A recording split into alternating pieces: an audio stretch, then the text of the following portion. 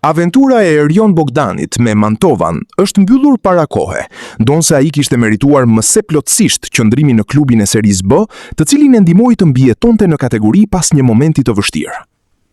Bogdani nisi punë te Mantova në fundin e vitit të kaluar, si ndihmës i drejtorit sportiv Leandro Rinaudo.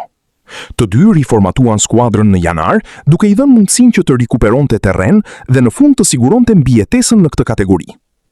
Por presidenti i klubit ka vendosur që me mbylljen e sezonit të ndërpres kontratën e të dyve, duke zgjedhur të marrë drejtim tjetër sa i përket përbërjas administrative. Kështu, për Bogdanin, ka nisur kërkimin nga e para për një pozicion të ngjashëm në futbollin italian. Ai gjithsesi nuk është shkëputur nga terreni, pasi ashtu si Iglitare, një ditë më parë është shfaqur në stadium për të ndjekur ndeshjen e play-off të Serisë B mes Monzës dhe Juve Stabias.